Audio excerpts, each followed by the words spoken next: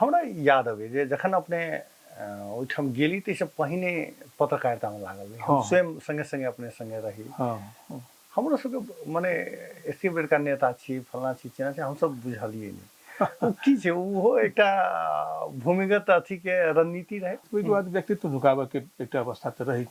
आ जनकपुर में अयला के बाद निश्चय अहाँ सब संगे जखन पत्रकारिता के माध्यम से जुड़लहुँ यद्यपि काठमांडू में एकटा लाल तराई के संपादन हम केने रही ओहिठाम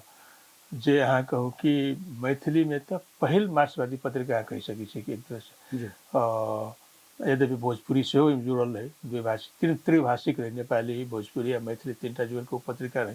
तो तो ओतै शुरू भ गेलै जनकपुर अयला के बाद में काठमांडू से एकटा की कहै छै समाचार नेपाल समाचार पत्र शुरू पहले तो आज को समाचार पत्र नया भर्खर शुरू भेलै हो जी तो